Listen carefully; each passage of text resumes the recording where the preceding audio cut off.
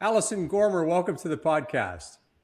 Thanks, Paul. It's so exciting to be here. Now, part of the problem is tracking you down because I follow some of your adventures and you are traveling all the time, and I love it. I love seeing your photos, of course. Talk a little bit about where are you now and what takes you on the road so much other than just pure enthusiasm?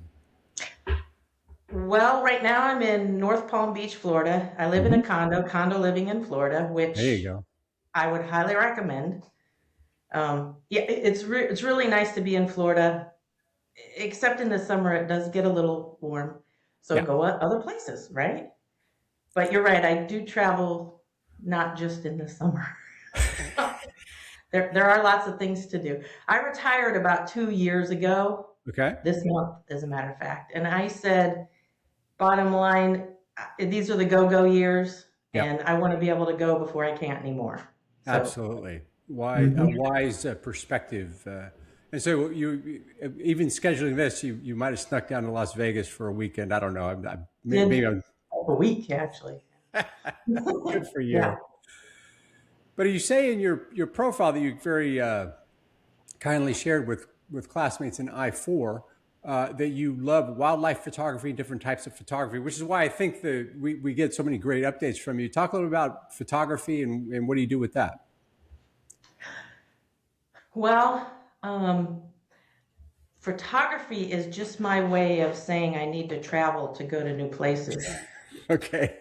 I just figured that out. It's like, wait a minute, if I have a really cool hobby and I can document and show people where I've been, and I want to see different things. So it's Yeah. like, well, it's because I really want to travel, Right. and the photography really facilitates that. So That's the beauty of retirement, right? You figure out what it is. the true motivation is. Do you carry a kit with you, like a big camera, or are you just using some of the standard iPhone things like that? What's your Well, I started out with an iPhone, and then well, during COVID, you know how people wanted to start getting out, and I live in Florida, so it's like I want to be outside and out in the weather. So I would kayak after work or on the weekends or whatever, and I'd take my iPhone out there.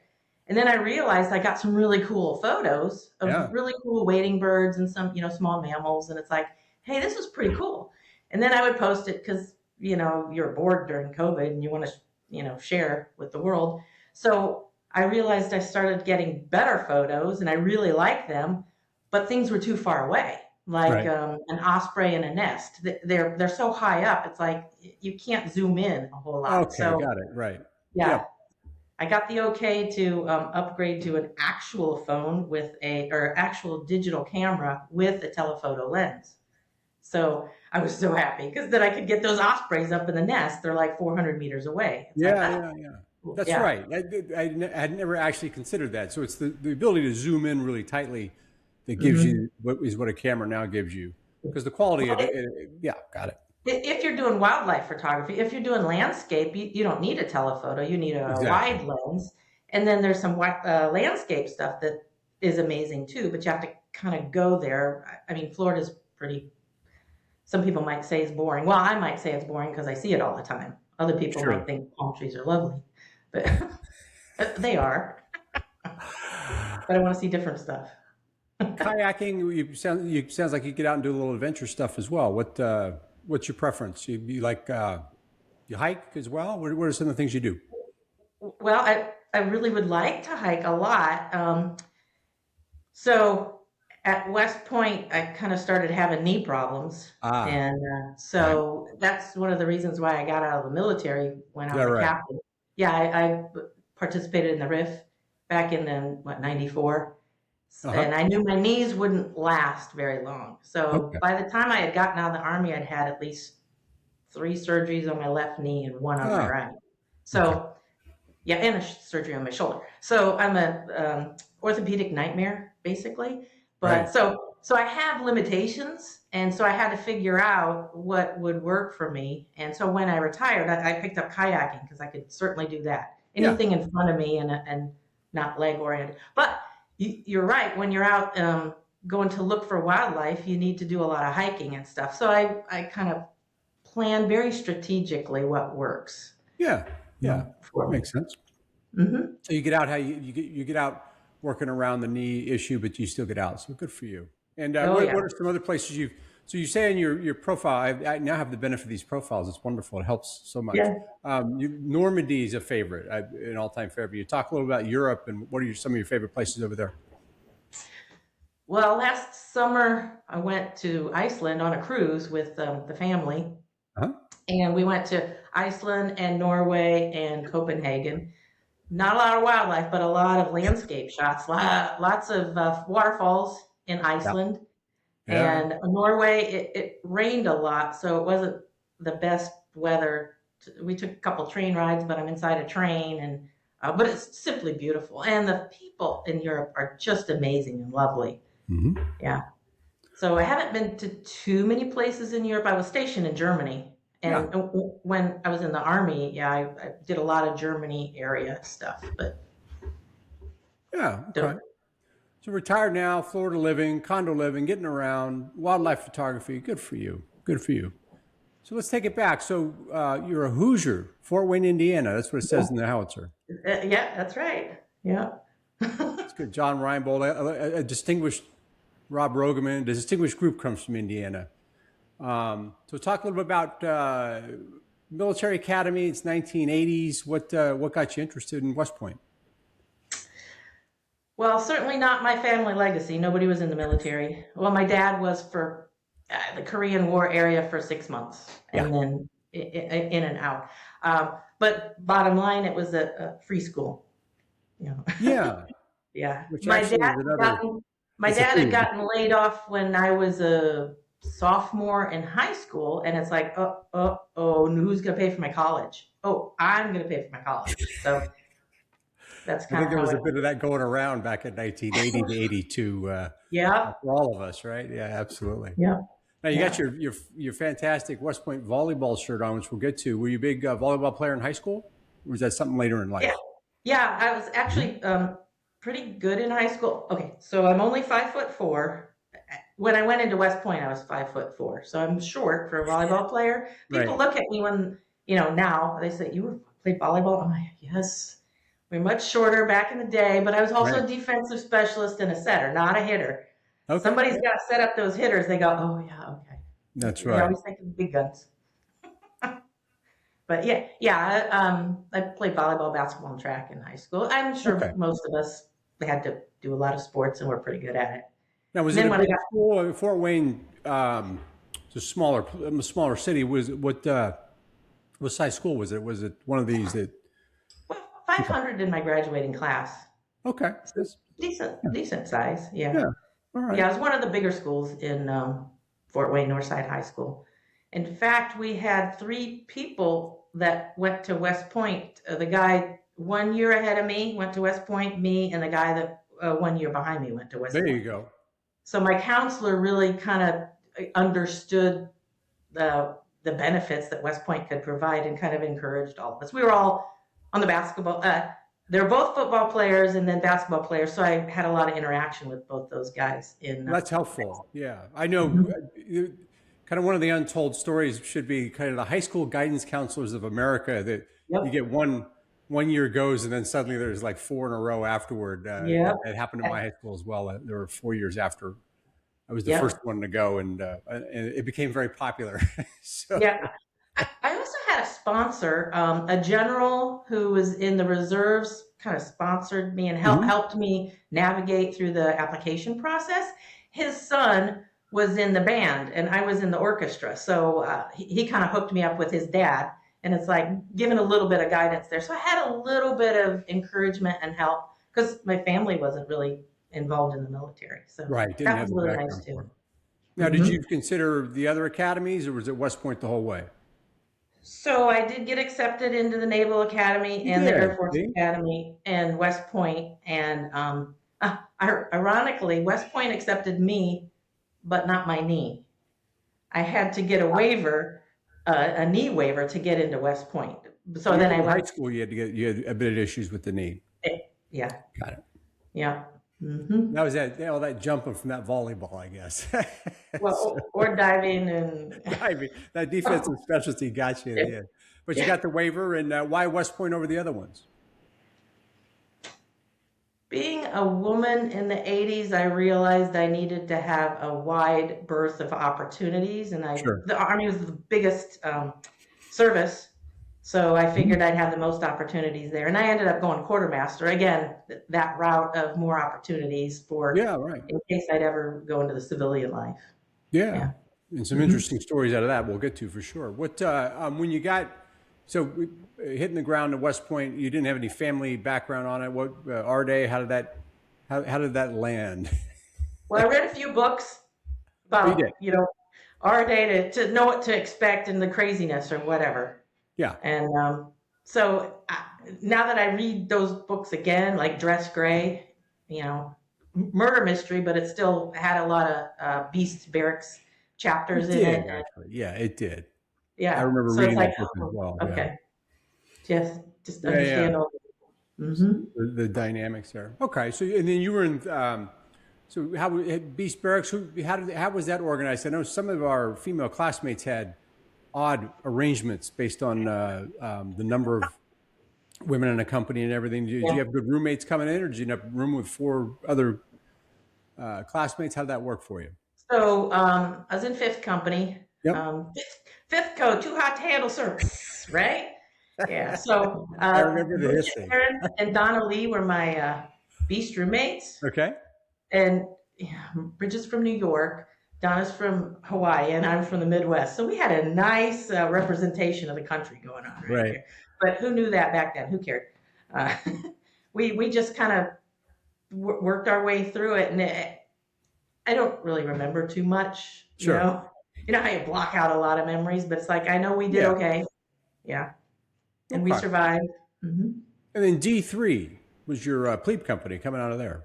E3, E3. Sorry. E3, Okay. where Eagles dare. Were Eagles there? All right. And how did they treat you in E3? Okay, I had, of course, one nemesis, a Yeah. yearling. He wore taps on his shoes, and you could hear him coming down the hallway, type of thing. So it's Right. like, oh, scatter back into the room. Right. Yeah, yeah. So Karen Phelps and uh, Kathy O'Brien were my roommates there. Okay.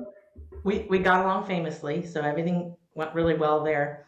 Um, I was on the volleyball team as a plebe. Yeah. Two of the juniors on the team were in D3. So often I would escape. I just go down the stairs, and Yeah. since they recognized me, I just hang out in their room. And Good. Good Sue, strategy. yeah, Sue Thompson and Bridget Wawasek were right downstairs. And Wilma Larson, our classmate, Yeah. was also in D3. So Wilma couldn't hang out with, you know, Bridget and Sue, but I could, and I'd be in there all the time studying. Just so nobody would bother me during the, non-academic study What a times. great strategy, though. If you in retrospect, right, just give you a little breath of fresh air. Yep, staying low, staying out of the way of people. Yeah. Now, you were a multi-sport athlete in high school. Why volleyball? Was that always like a clear Oh, sport yeah. for you? Yeah, it was my favorite sport. And, basketball, I was truly too short to play basketball, Sure. especially at West Point. Yeah. Right. I did try out for the softball team at West Point, and I wasn't good enough, which is okay. Yeah. So I played racquetball and team handball when I wasn't playing volleyball. Well, you were going all the time. And Yep. what was volleyball like back in that era? Now we go to back and if you visit the academy, they've got all these facilities and it's wonderful. Yeah. But back then it was a little more hard scrabble. What was it like on being on the volleyball team? Well, we practiced in the sixth floor gym. So we Okay. had to run up the stairs just to get to practice. And then the coach would say, warm up. It's like, wait a minute, I'm already warm. Yeah. Already warm. Yeah. I do recall when the coach would have us line up and say, okay, everybody line up. We're going to go downstairs. And we run down the stairs and we go give blood. Yeah. And then we would all come back up and continue with practice. It's like, now you think about it, it's like, wait a minute, we needed orange juice. Yeah. We needed to rest after giving blood. Come on, we could have. Well, Like, not in those days, right? Not in those days we could all bounce back. But that's and it was hot. It was hot up there, sweating like crazy. Oh my gosh. Right. Or nowadays, where's my lemon water, right? Or whatever, Exactly. right? Gosh. Yeah. Right. And so was volleyball heavily traveled. Sorry, I didn't know too much about it. But did you travel a lot for the team? It was a core squad sport, no? Yeah, core squad sport. Yeah. Yeah. I traveled some. I wasn't, I was a beanhead, so I Yeah. didn't travel too much. So Wilma Larson and Wanda Costin Hmm. traveled because they were our hitters. Okay. And so the senior players were juniors, cows. We didn't have any firsties on our team. Hmm. So the volleyball team started in 1980, of course. Is So that right? well, yeah, women, the Yeah, of course, graduates. of course. Yeah. Yeah, the 1980 graduate. There was an 81 graduate, I think was like when they started, maybe early on. We didn't have a big legacy of volleyball. Now we do. And how is it? That's a little talked about area of the area of the Academy's history. How was volleyball initiated? I guess because you hear some of these stories about the different sports of the crew team, et cetera. Was it Yeah. just part of the program where they started up in, I guess, 77, 78? They probably started looking at it, right? Because they had enough women there to at least put something together. I think 80, maybe 81 is when they started the team 81, they decided to yeah, start it up. because No. I believe the cows, which and our team, class of Yeah. 84. Yeah, so they were plebes. Yeah. Yeah. Okay. Started. That's when it first started. Of course, we look back from now, and volleyball is a very big deal. The Mhm. Olympics have certainly made it more popular, and Yep. back then the culture around volleyball was very different. So, Yep. Interestingly enough, one of the things that I've been doing for a few years now is the core volleyball team yeah, of ours. We meet every year at the NCAA women's volleyball finals.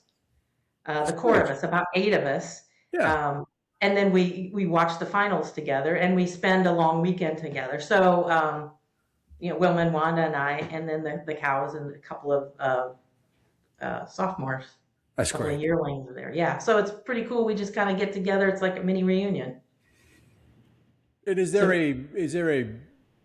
So a sense of legacy and history there? Do you all donate a little bit of money to help them get some things there? Because some of the sports have a very active group that kind of support the team. Is that the case with volleyball? yeah, we're on the email, not the email, but the chain with the current volleyball team. And Alma, the coach Uh huh. right now, she's been to the finals too, and we kind of run into her and we kind of Yeah. catch up with her. And I think this year there's a reunion of women's sports at West Point Uh huh. for the volleyball team, and some of our folks have gone. I haven't, but some go back to West Point to do that. So we're generating a legacy, and we're kind of getting that going, and the camaraderie is going from year to year. It's great. And Yeah. these young players now, it's like, you look like a volleyball player. We do not.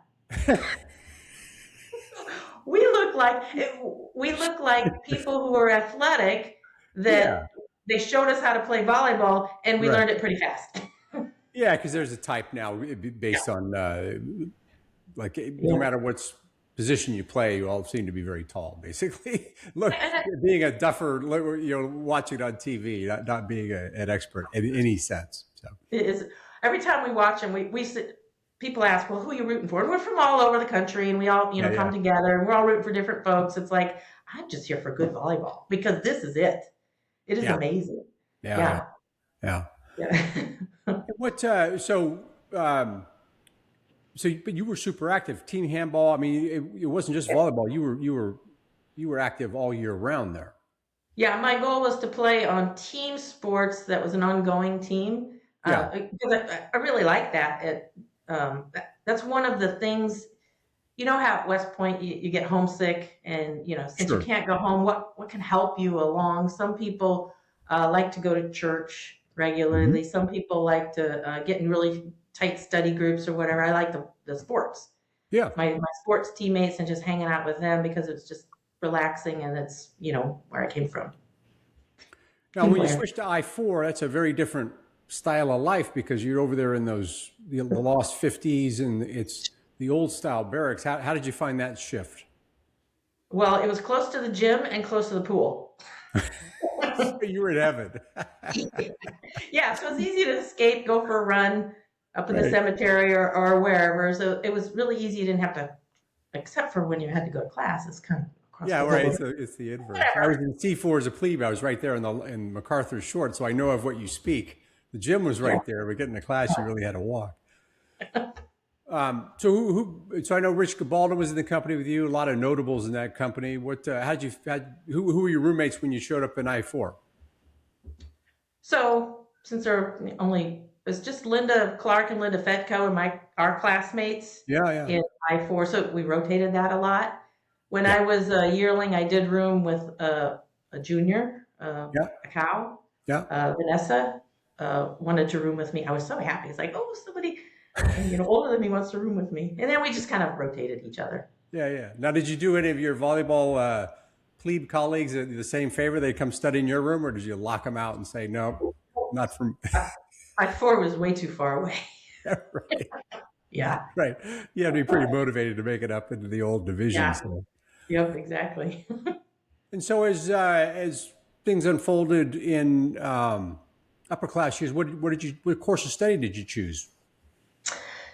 So, the region of study, Soviet Yeah. Union, political affairs, Okay. that kind of stuff. Engineering degree with all this other social crap. Yeah, yeah. And how did that emerge? Was it just a natural thing, or did someone inspire Well, you? I ended up taking Russian, yearling and cow year. I don't remember much of it, but it was fun. Yeah. Okay.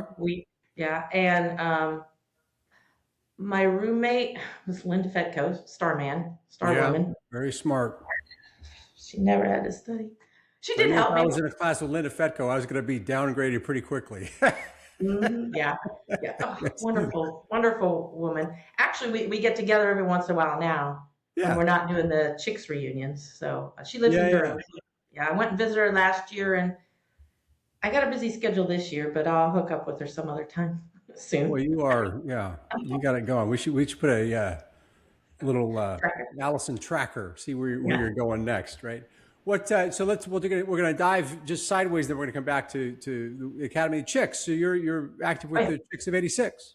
Mm-hmm. Great group. We've been on to talk a little bit about what year did you start with that group, and how's that been going? So, so I told you we do the volleyball mini Mhm. reunion. So Wilma said, "Hey, you should come to the chicks reunion," and I'm like, "What? What's that?" So that was back in 2017, maybe. Okay. And so she told me a bit about it, and I said, "Oh, okay, I guess I'll go." So I ended up going in 2019. That was the Dallas one. Yeah, yeah.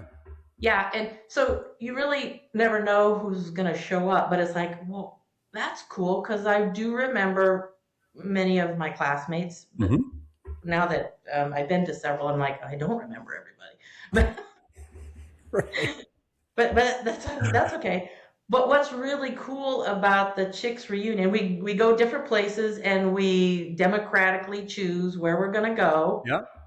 And at the end of each gathering, we decide who wants to host it the next year, and then so we have some criteria that we put around it to decide where we want to go, and that person says I'll volunteer, and then we plan a date and where it is, and then whoever's hosting kind of figures it out from there or gets the help that they One of need. our longest running social get-togethers, which is terrific because it came out of a Yeah, period when we were all busy and running around doing our jobs and all that kind of stuff. yeah, for It's a real sure. model for how to stay in contact. I'm always absolutely amazed at how exciting it is to hear about what you guys do and what you all do when you get together.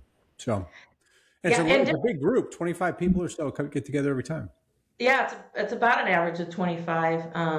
In Tampa or in Orlando, when Tanya and I hosted it, we had 32 people signed up, and 30 ended up showing up. A couple Yeah, people canceled at the very last minute. life gets in the way. Yeah, That's great. yeah, but what's really cool about it is different people show up each time, so it's like, oh yeah, and then kind of reintroduce ourselves and get to know each other because Yeah. we did not get to know each other when we were at West Point, and so that's some of the sharing that we have is like Right. we all experience very similar things. Some people might call it trauma, Sure. and we didn't know it, so we couldn't relate to each other back in the day when we really needed the support of each other. So Yeah. we all felt isolated. And now we get together. It's like, oh my God, that happened to us. Oh my Right, gosh, right. Well, yeah. physically, you were very far apart in terms of I-4 all the Yep. way on one side of the core and A1, all the way to the Yep. other side. So yeah, for sure. And in Mm-hmm. twos and threes, to your point, with room with the two Yep. Lindas there. Yeah, absolutely. Yep.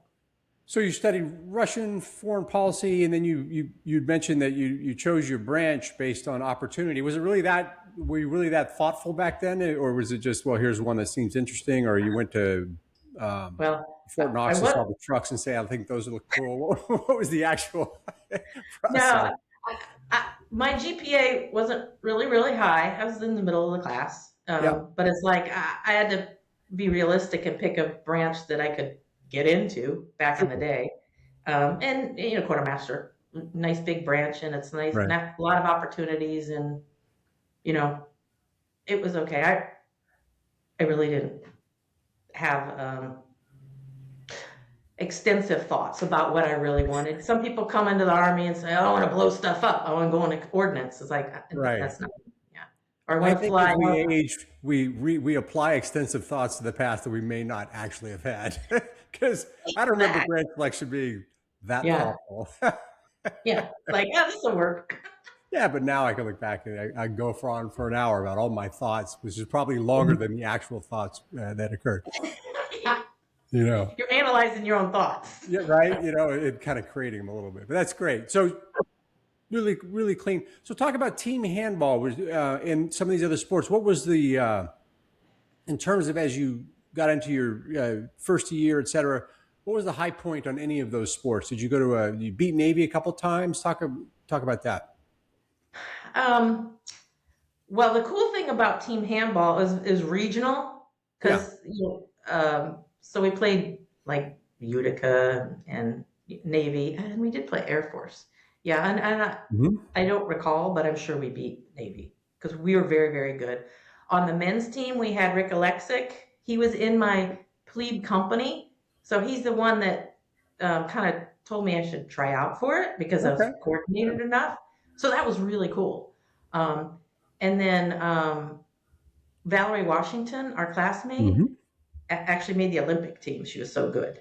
She was I didn't know perfect. that. Yeah, she's perfectly designed to be a wing. She's left-handed player, so she's on the left side. So that was unique. Um, she had really, really strong and fast and quick. And I was kind of strong and kind of fast and kind of quick, but not nearly as good as her. So ironically, they put me in the middle. So I was Right. the center. You Yeah. usually think of a center as somebody nice and tall because they can kind of you know have long arms and catch all the balls or whatever. But we didn't use me like that. We used me to be the blocker, basically. So people would Mhm. have to run into me because my center of gravity was much lower than everybody else's. And they're very shocked when they ran into me because I didn't move. The very stable base. And it was kind of like, oh, wait, what's going on? Our Army's doing some weird tactical thing. Yep, that's me. That's you. So I am the weird tactic. yes, exactly. So interestingly enough, they did give me a nickname. I don't know if it's widely used or widely known, but people might recall. They called me the Bruiser. The bruiser. Bruiser, yeah, because people would get bruises from running into me in the center. I like it. I like it for back in the day. We'll not revive it for now because we're in a gentler time of life. So Valerie And was on the left wing and you were in the center. yeah, And they divide. Well, I know Tom Hohenstein was in my company, and he was in the team handball team. So I used to get news about that. And you all had good teams. I mean, yeah, yeah, yeah. excellent. Well, it's a skill sport, but it wasn't very popular, so people didn't have a Yeah, lot of history in gaining the skills. So yeah, people who were athletic and coordinated did really well. With you know, converted basketball players, converted volleyball players, right. whatever, Good. could That's right. really. That's right. Mhm. Yep. Good for you. And so, upon graduation, off you go to OBC. Talk about getting out of that place and moving on to the Army. How did the Army? It sounds like the Army treated you well. Yeah, I did fine. Fort Lee, Virginia. Yeah. Actually, I really, really liked Virginia. because it had mild four seasons, and Mhm. the the crater, the St. Petersburg crater was there. That was pretty neat. We would run through that every morning. Is that right? There were hills there, so it's like, okay, great, helps us keep in shape. But OBC was pretty cool. Then I was stationed in Germany for like almost 4 years. So, got over there in 1987, came back in 1991. So I was over there during the wall, when the wall came down in Yeah, 89. yeah. Yeah, so it's like two different PCSs, if you will, two different Yeah, yeah. Germany. Yeah, Historic so that, time. yeah. And where in And Germany? 'Cause I understand it kind of matters uh, which part of Germany you were stationed in. What well, were you doing there? yeah, so that's a good question, because my units, I started out in Ansbach, which is just, well, Illesheim, which is right by Ansbach, Mhm. north of Nuremberg in the southern end. And then 1 year in, we moved to Vilseck. Okay.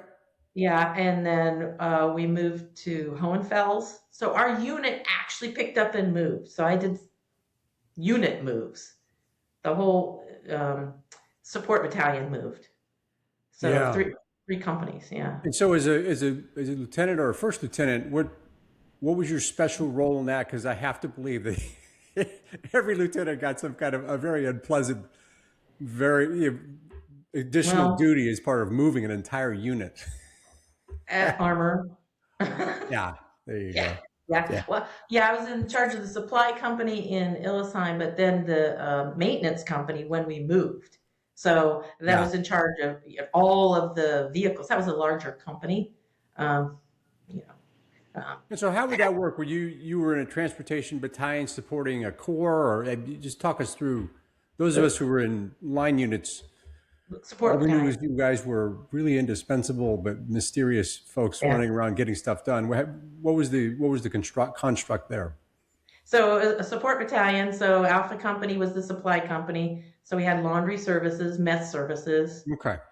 and the all of the supply, sleeping bags and Yeah, uniforms and yeah. stuff like that. Then Bravo Company was the maintenance company.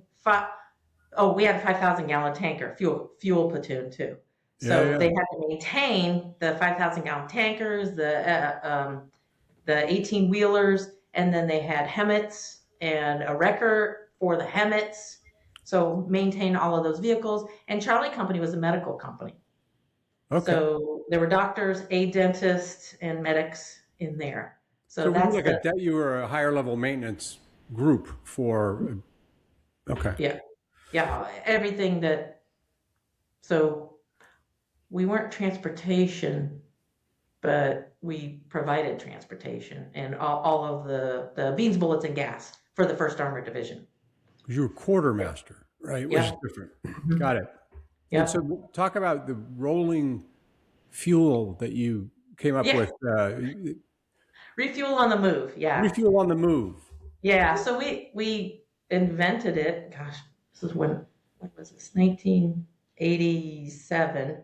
Uh-huh. We created a refuel on the move with a 5,000-gallon tanker and then 8 hoses coming off of it, so we could fill up 8 tanks at a time. They'd kind of roll in and we'd hook them up. Then those 8 would get filled, and then the next 8 would come in, so we could refuel them much faster on the battlefield. Got it. So it was it's like a pit crew, Right, right, for right. a 5,000-gallon tanker and fueling. We weren't changing tires, but we were hooking them up and all the couplings and all that kind of stuff. So the configuration is what was the creative part, Yeah. and the how to instruct them and get them going. And how did that come into being? What was the genesis of the idea of doing it that way? My company commander was told we have to refuel. It was just a goal. Hey, you got to fuel them faster. Okay, figure it out. Okay, so we started messing around with multiple fuel lines coming off of a tanker or coming off of our Originally, it 5,000. was one. You basically had one pump, if Yeah, you will, and then you started messing around with multiple lines. Got it. Okay. yeah, hmm And then, yeah. and did you come up with the eight line idea? Is that you? Me and my company commander. Okay. Yeah, yeah. It's a I know. joint effort. it's my role as the interviewer to kind of tease out accomplishments that people glaze over. But so you achieve the objective of much faster fueling by using this idea of Yep. really multiple pit crews. If you think of it using the pit crew Yep. analogy, Exactly. Because we had 10 5,000-gallon tankers. now conceptually an 18-wheeler, is that a 5,000-gallon tanker when you see one? Yeah. Yeah, it's just with the tanker on the back of the truck. Yeah, right. Yeah. Okay, Yeah. got it. Mm-hmm. So you see one of those big rigs come up, you got 8 hoses off the side, and there you go. Yep. That's great. Yep. That's Mm-hmm. that's the fun stuff because you're figuring something out. Good for you. It was. And you talked about the mysterious people who came and took care of all of the killers, is what we call the Yeah. guys, Yeah. the frontline folks. Yeah. It's like what I kind of, when I'm reflecting off of things, it's like, let's say we had a 2-week exercise in the field. Uh-huh. Well, your quartermaster or your support battalions go out a week ahead, are there for the whole exercise, and then we take a week to clean up and make sure everything's right. So we're out in the field for a month when you're out there for 2 weeks. So we were in the field a lot. You prima donnas were out there for a week. We were out there for a month, making sure your fuel was working. I didn't want to say that, but okay. I said it for you. Sure. I'm angry. There you go.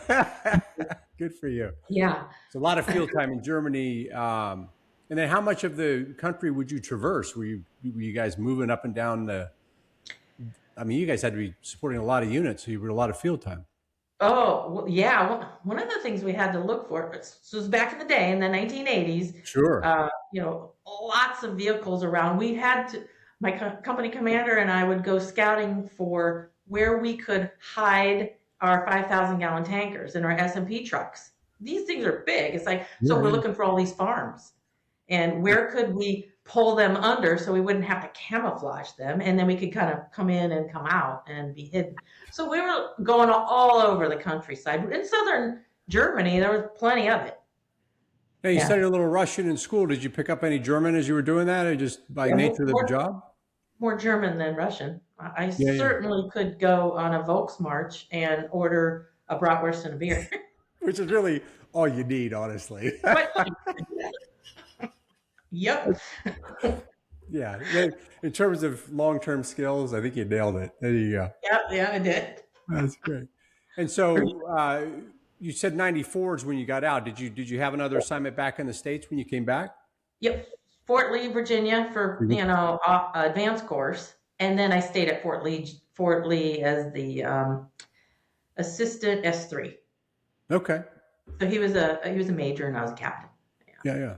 Now you said the knee was acting up. Was that, and then the time to get out in 94, how did did something happen, or you just realized it was up on the knee? The riff they offered, okay. It's like, so I was at a crossroads, and it's like, I will never be promoted to battalion commander because I know I won't be able to run when I'm 10 years older than I was then. Because the knee was deteriorating pretty fast. At that point, I needed a knee replacement on my left knee. Oh, is that right? Okay, that's really wrong. Yeah. And I was kind of limping along, but it was getting bad. And then the other knee started acting up too. Yeah, because you're compensating. Sure. Yep. Yeah. So it's like, let me go to the civilian world before I'm too old and crusty. Right. Okay. Yeah. Well, so you made the move in 94. And so just as interesting a series of roles once you got out. Talk about what was your first move getting out? Yeah. So I went through the junior military officer. Yeah. I'm going to call it a program, but they were looking for junior military officers. How old was I? My late 20s or whatever. Yep. Early 30s, something. And I had some experience, a lot more experience than somebody my age with all of the equipment that I was responsible for. So I had a pretty good resume. They were looking for junior military officers. So I ended up in Long Island at Photo Circuits Corporation. So it was like the 6th largest circuit board manufacturer in the world at the time. So I did a lot of interviews all throughout different places, and I got all of the job offers, but I decided to go to Long Island because that was a place where I knew if I could be successful, I'd have a good a civilian resume. So I went Right. into manufacturing and I was in the inspection unit, which kind of led me towards quality inspection and quality performance and results because we were at the Mhm. back end and I dealt with a lot of customers. I went to Mexico several times because that's where the circuit boards were sent to, and that's where a lot of the car parts are manufactured Right. in Mexico. Okay. So I learned a lot about customer service and quality. And I was there for about 3 years, and then I realized that, well, I was in charge of second shift, and then the first shift supervisor left, so I was in charge of first and second shift. And then they wanted me to create a third shift. So, yes, as a West Pointer, you're going to say, yes, I'm going to do all this. Yeah, Think about that, unfortunately. though. If you're in charge of all three shifts and Yeah. you work 6 days a week, when am I going to sleep? So I realized Right. and so I went to the boss and said, listen, you got to hire somebody for at least one of these shifts so I don't have to cover all three of them. And he said, no, you're doing a great job. I'm like, yes, I'm doing Yeah, a great that's not job, the but point of why I'm how saying long? it. Not sustainable. Yeah. So I said to myself, I really need a work-life balance, and this isn't going to be the place. Yeah. So, but I learned a whole lot about those things, and I said work-life balance is important. At that time, my mom and dad had just purchased a condo in Fort Lauderdale. So they're moving from Fort Wayne to Fort Lauderdale. Oh, well, they bought the condo, and my sister lived there watching it until mom and dad retired, you know? So she lived there Right. until they retired. So my family was moving down to Florida, and I'm like, why don't I just go find a job there? Because I knew I could. So Yeah. I just left the company because it was just too stressful for my own personal taste. I mean, I could do the job, but it's like, do I want to keep doing it? So It's an interesting it's an interesting story because I think a lot of us in that same period, it's too strong to say we were taken advantage of, but the companies were delighted to have us because we'd work long hours and then we'd wake up one day and say, wait a minute, that was when I was in uniform. I don't have to do that anymore. Yeah, yeah, it's a very familiar story. yeah, and I was shocked that it was in the civilian world. Yeah. So it's like, so I woke up one day when I'm like, I need to rest. I need to Right. not do this job and worry about it. And so I came down to Florida, and then I ended up at working for an elected official, the clerk of the circuit court in Palm Beach County.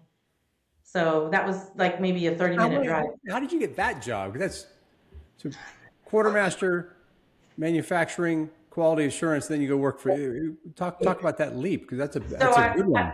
I did find a job in manufacturing for circuit boards in South Florida Uh-huh. in Boca, and I'm like, I could do that, but do I want to? So I just started looking and seeing what was available, and there was this the clerk and comptroller. Palm Beach County is a large county in South Florida, and they had Yeah. like over 700 employees, and they were looking to improve their efficiency and their performance results. So those were things that caught my eye in the ad, and I'm like, wait a minute, I can help them. And they had just, it was a timing thing too. So they had just hired a consultant to come in to create an efficiency program. Right. Then the contract ran out of the consultant, so they needed to hire a full-time internal consultant for the company. So it was a timing thing. Perfect. Yes, it was perfect. So I interviewed for Yeah. the job, and they said, yeah, you can have the job. And I said, well, what would it entail? And they go, we don't know. Why don't you just write your job description? And I'm like, great. Those are And it great worked jobs out. to get. Right. And I did. I did whatever I told the Yeah. clerk what I wanted to do. And she goes, okay, great. The performance review is based on attendance record. Come in 5 days a week, and you nailed it. Good for Well, it's a you. little bit more than that. No, it's really Well, important. that's what I would have done. But hey, you're a higher achiever. I was also not the bruiser back when I was at the academy. I was You being better believe bruised. it. What?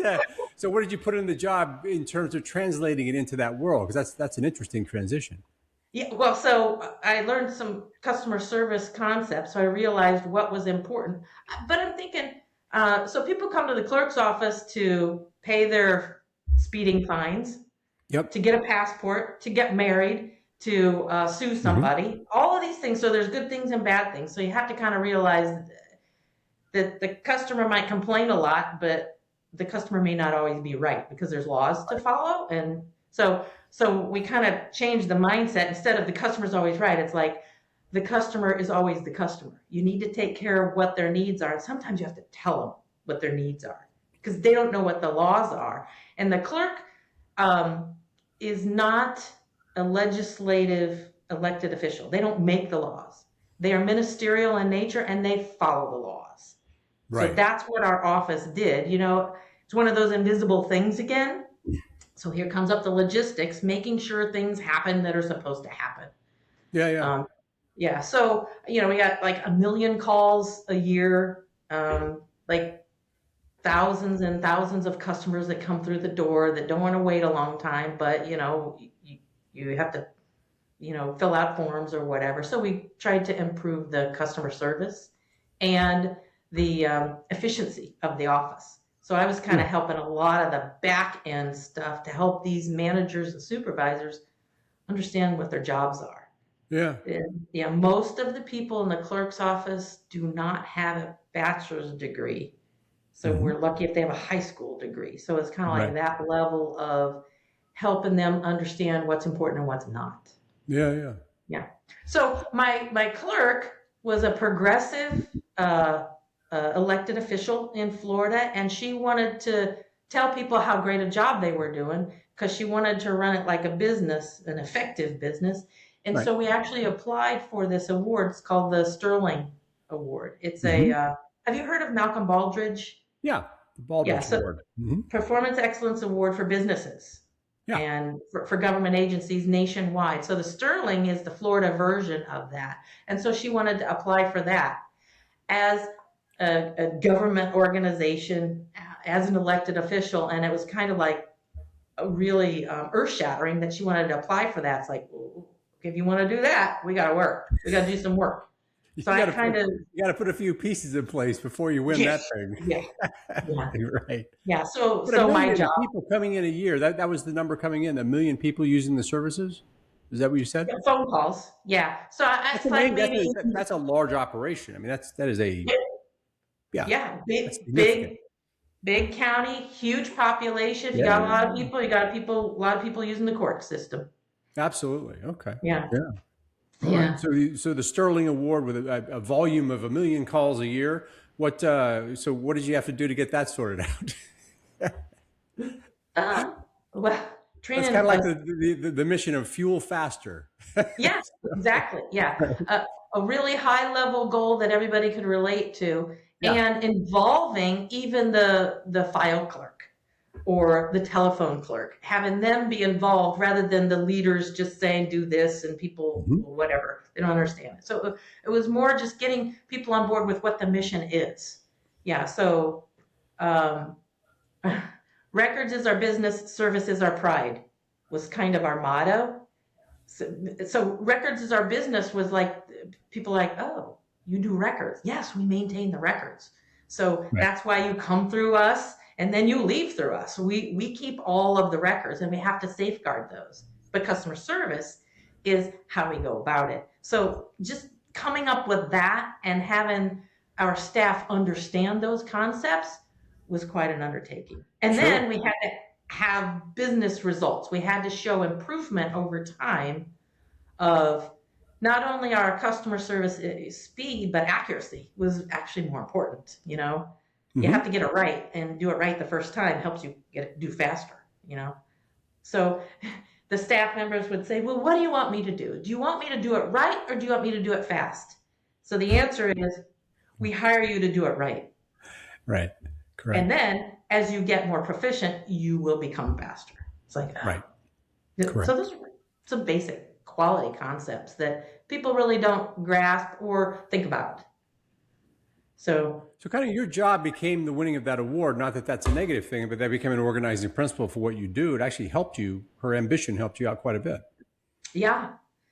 It was yeah, and one big goal is like, okay, well, let's figure out how to do it. You don't know Yeah, how to right. do it right away, but that's one of the skills that I learned at West Point is ambiguity. Is like, okay, I don't have to know everything. I just need to move forward and figure things out and learn faster than the other guy. Right. So Yep. yeah, and trial and error and take some calculated risks, not unnecessary risks. Will this work? I don't know. Let's see. That is something that served us all in various domains for sure. Yeah. Okay. Yep. Yeah. And So it how did did it turn out? really, really good. Uh, then, so we did win the award You after won a the couple of award. Okay. right? I Yeah. was going to hope you didn't tell that story and say, you know what? We No, no, flubbed it. yeah. we, We were the we first came in clerk's fourth office. place. We were the first Yeah. elected Hey. official in Florida to actually win the Sterling Award. And so Yeah. that opened up a new thing for Sterling is like, oh, government agencies will start applying. It was for businesses and schools. Right. Those are the organizations that apply for the Sterling Award. So you have an external examiners come in and look at your business to see if your people understand what the mission is and your business results actually, they kind of audit. Yeah. See if what you said happens. You write a big application and then you go see if what you wrote in the application actually happened. Right. And so that's what the Sterling examiners do.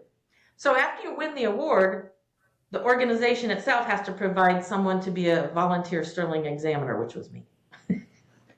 So I got into that business. You Yeah, probably were a sterling examiner, right? there you go. Yeah. So that kind of led me to shoot. I'm getting more involved in what are some good quality principles, good process improvement methods, that kind of stuff. So I saw different things from different organizations. So I was a lead examiner. I was in charge of the different. A team would be sent to an organization Oh, every no, year. this is what I love about classmates. You always have to tease it out. You didn't start as the lead examiner. You went in and did an Yeah. excellent job, and you were promoted to lead examiner. Yep. Yeah. After the second year, because they were like, "Wait a minute, you get this." It's like, well, we won the award. So I you were a ran pretty the good program. examiner, yeah. Which makes Yeah. sense if you go all the way back to what you were doing in the Army, what you were doing at your Yep. first job. I mean, you can walk into a situation and see what's going on and direct people with clarity. That's great. Yep. Yeah. So I did that for several years, which was really fun and interesting to see different organizations. I did a school. I did a jail. Huh. I did another clerk's office. So I'm examining these different organizations. So it's really fascinating to see different organizations and how they operate. Beyond the obvious, like clear mission or a good leader, et cetera, because that's what most people would just point to. What was a theme that you saw across all these different organizations that seemed to be the glue that created good performance? What was your experience? Alignment. Absolute alignment with what the leader intended, assuming the leader was of integrity, had some good goals and motives. If the organization was aligned, then things would move along. And that's kind of what I learned when I was at the clerk's office, is I had to get people aligned to understand things. And if they do that, then they will perform. If you're going in the same direction, things are very, very, a lot easier. Yep. Great insight. I mean, and that's a deep insight from seeing all these organizations, alignment. Really cool. What was the strangest example of great alignment that you saw, or like what was something that pops in your head of great alignment that we wouldn't think of, like in the jail example? Yeah, the jail. Or any of them. I kind of have to think about that. Yeah, that's fine. Yeah. I think as we were trained as young cadets and then young officers about organizational dynamics. And really, it's always fascinating to me how we take some of those basic principles and apply it. Everything you're talking about, alignment, mission, those are all things that certainly are familiar to me in completely different environments. So you had a chance to actually examine it. One thing that was interesting that I found was difficult for organizations to understand is the definition of a customer. So think of a school, an elementary school. So who's the customer there? Well, you think it's the kids, right? Right. It's the true customer is the parents Right. and the community. So it's a two-part thing. Yeah. So because the system and the organization does stuff to help kids. Yeah. So it's like the parents have to be aligned with what the goals are for the academic structure and how to manage the kids. And then the community, what product are you producing? So a goal for an elementary school is to have kids be able to read at a certain level and to be able to move up to a next grade. If you Right. don't do that, then you're not performing. And state test scores. So the kids have to actually they're the byproduct. They're the performance. They have to show the performance. So they are the results, but they're not the customer. And boy, It's the regardless parents. of your political views or whatever, you can see in various forms of media the result of a lack of alignment on what you think schools should do in terms of all of some of the vitriol and Absolutely. everything, right? Yeah, that's a great point. That's a Yeah. great point. Yeah. Super interesting. And you did that, you say several years. How many years did you actually end up working in that role? Eight Yeah, 8 years as an examiner. Yeah. that's hmm amazing. Absolutely It, amazing. And so but you've what seen some, was there it was all. anyone get into that process that was just terrible? You walked in and said, no, you guys are, you have, Yeah. you have Oh to yeah. walk into some of them and said, guys, Oh you're not yeah. even close. Yeah. We read this 50-page application and it's full of baloney. It's Right. like, and so we went, so our whole attitude, we meet, the examining team meets regularly and we're all Right. like, can you believe this BS? It's like, oh my God, I know. It's like, so we have to change our tactics and our questions and who we actually uh, talk to. But as an examiner, one thing that is not really recognized is it's all volunteer work.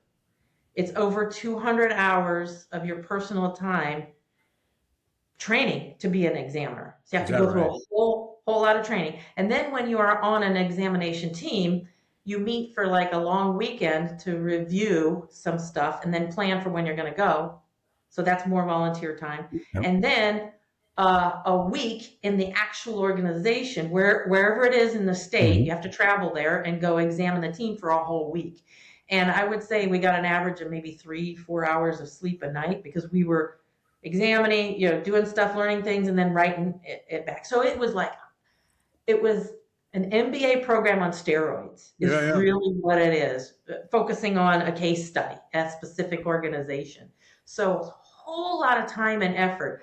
Luckily, my organization at the time paid for gave me time off for that 1 week Right. of examining. So they supplemented my volunteer time, but it was very taxing and it took a lot of time. And it was during like Christmas is the month of December was very, very busy preparing for your examination based on the schedule. So Right. after 8 years, I said, and other things happened in my life. My mom's health started declining very rapidly. So it's like, Yeah. I think I'm going to bow out. But it was just an amazing experience. But Yeah, then, 8 years is a good run, though. I mean, that's yeah, you hung in there. Yeah, and then, yeah. and then things shift and change. And then what year does that take us to now at the end of that period? Um, that was in the 2000s. Okay. And then so Yeah. what took us bring us up to now? What did you get into since then? Oh, so, and that kind of coincided with I did a job change too. So I left the clerk's office because the current clerk was kind of letting some of these Sterling principles fall away and Yeah, having a yeah. different focus. So I kind of saw the writing on the wall. It was like she and I were. She was very supportive of me. She would let me stay there forever, and I'm thinking I'm making a lot of money, and she doesn't want me to do anything. Yeah, yeah. So it's like, I want to be helpful somewhere. So I decided to move to another organization, which was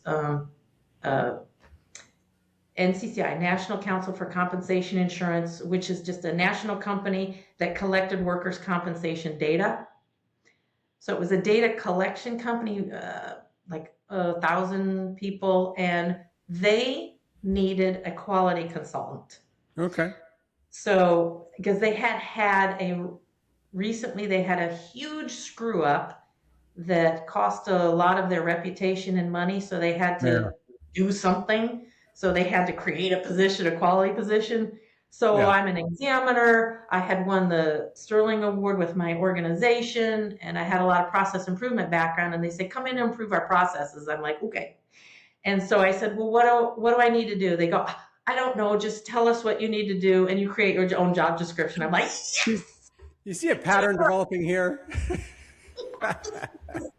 yeah." So it's like, okay, great. Man, you're good at finding those jobs. Yeah. Well, it's a niche job, and the timing Yeah. again was right. And I knew about this issue because my sister was working at this company. Yeah. And so she told me, and I ended up working in the same division as her. So we had the same boss's boss, Right. which was kind of interesting, and that was kind of fun. So I knew, she said, "Apply for this job." I'm like, okay, whatever. And so then I was at NCCI for whatever, and I retired from NCCI 2 years ago. But it's a similar thing. You were looking at building Yep. processes, creating alignment, which is what you've Yep. seen in the other role. So Absolutely. Yep. The and they same treated you type of well. thing. And I saw a lot of potential in NCCI because these folks, everybody had a bachelor degree, and there are many people. Actually, a third of our company was IT developers, so those creative folks, and interesting, learning new things. And then another third of our company was actuaries, Yeah. highly educated, smart folks, and then the rest of us were just making sure things happen. Yeah. Yeah. Yeah. Yeah. Connecting it up. So there were lots of processes that were archaic, and we've always done it this way type Right. of thing. So lots of opportunities for improvement. And I saw, Actuarial science is something that doesn't. Yeah, yeah, I'm familiar with that a little bit, and so yeah, when you have actuaries in your company, there's a tendency to move slowly. yeah, and put a lot of redundancy in because it has to be exactly perfect. It's like, Yeah. does it need to be to the hundredth place or Yeah. the thousandth place? Does it You really? don't become an actuary because you wing it. So yeah, Okay. yeah, they're a special breed, a very important contributors to our society. So yeah, absolutely. I'm not wired as an actuary is wired. So that took you up to retirement. And so so retirement, what was the trigger there? Just you'd that's a good period of time you were there, but you what inspired you to knock off? Because a lot of our classmates are in the zone now to think about when they're going to knock off. Yeah. So my partner, Randy, who I Mhm. met back at the clerk's office back Okay. in, so we've been together for 26 years now. So she retired 10 years ago. Aha.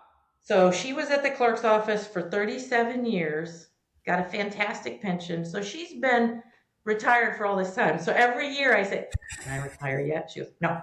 "Can I retire yet?" "No." "We can afford it." Gentle "I know, encouragement. but keep working." So it's like I kept asking, relentless. So finally, no, like 4 or 5 years ago, I said, "Can I retire?" She goes, "No, but we can start practicing." I was like, "What does that mean?" "Well, I'm ready." She's not a very good traveler at all. And Okay. that's what I wanted to do. I wanted to Yeah. I had a lot of vacation. So fortunately, in my whole career, the military gave us decent amount of vacation. And after I left Long Island, I had some good work-life balance. So I had plenty of time off, but I wanted to start traveling more and Yeah. have her extend her time. So she could only travel for a week's period. Right. Let's take a 2-week cruise. Let's go here. Let's do this. And so trying to get her to want to travel. So then she would finally say, "You need more time off." I'm like, "I know how to do that. Let's retire." It's like, so we could always afford it. That wasn't the issue. It was Right. just like, well, what else are we going to do? I'm like, there's so many things I want to do. Let me show But you. so I'm going to take you on a tour of all the barns of Europe where I used to hide tankers. exactly, yeah, yeah, yeah. Oh my gosh. I actually made her go to a covered bridges in Indiana tour. Hey, old home week. Yeah, exactly. Yeah, what took her back home, and we did that for a day. She's like, "I've had enough after the second bridge, but okay. After the second bridge. Do you know how many bridges there are? We're going to see them all. We were shooting for 30. Right? You Probably made it to made 2. 10. Boy, that sounds like good. There's a good family travel story there. I think we all have been in those shoes. Oh my goodness. Yeah, exactly. Compromise. So But is she so, warming up to the travel now after a couple of years now, or how do you guys yeah. see the difference there? Yeah. So, after COVID, so I guess that's kind of like the prompter. I was getting out doing my kayaking, taking my photos, Yeah. and I said I wanted to start taking some pictures, and so she said, "Yeah, you can have this digital camera." So then I said, "Well, I'm going to Yellowstone in the winter." She goes, "Good, have fun without me." 'Cause she's born and bred in West Palm Beach, so she's a Florida girl, doesn't Okay. like snow. I'm like, Yeah. okay, so I'm like, I went on that trip a couple of years ago, and it went really well. And had some good shots and had some fun. And then, so I started doing those things. And then now she's starting to do some of these trips with me. We do trips separately and then together, and then we do Okay. family trips too. Yeah. So we like I said, we went to Iceland last year with her oldest son and his family. Yeah. And so we just kind of So anybody who wants. you do a little on your own, and you go together, and you kind of Yeah. ease into it. And as you said, all the way back to the beginning of the discussion, it's that Yep. time of life. We have the energy. We have a little bit of. We certainly have Yep. the time and take advantage of it. So Yeah. amazing. And then we get the benefit as classmates. See all the amazing photos that you put up on the social media, because that's how we connected up on social media. I was watching all these photos. I would say the most traveled, certainly the most traveled classmate I know of. You get out and around, which I really appreciate it and enjoy seeing your photos. Oh, good. Guess what I'm going to do Saturday? What? Go to South Africa on a safari. So what? That's awesome. Yeah. So Now that's going to produce some wildlife photos. yeah. Oh yeah. It's one of my dream vacations. So I've been asking to go on a safari for years, and finally she said yes. When she said, "Yeah, I think we can go on that one," I booked it right then. Right then, click. Yeah. Now I want to take a CNQ moment that we literally were able to sandwich this interview in between one trip and then off to a safari for another. So we were very fortunate to get your time anyway. What haven't we talked about, or is there anything we haven't covered in your amazing story? Gosh, I think that's good. It was great. It's terrific.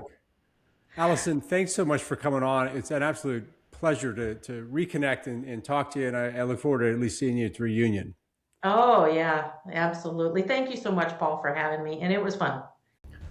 Thank you for listening to this episode of the Courage Never Quits podcast, where any member of the class of 1986 who is willing to tell their story will be a guest.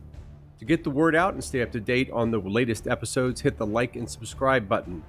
With over 900 living graduates, we have a lot of stories to tell, and you don't want to miss any of them. We'll see you in the next episode.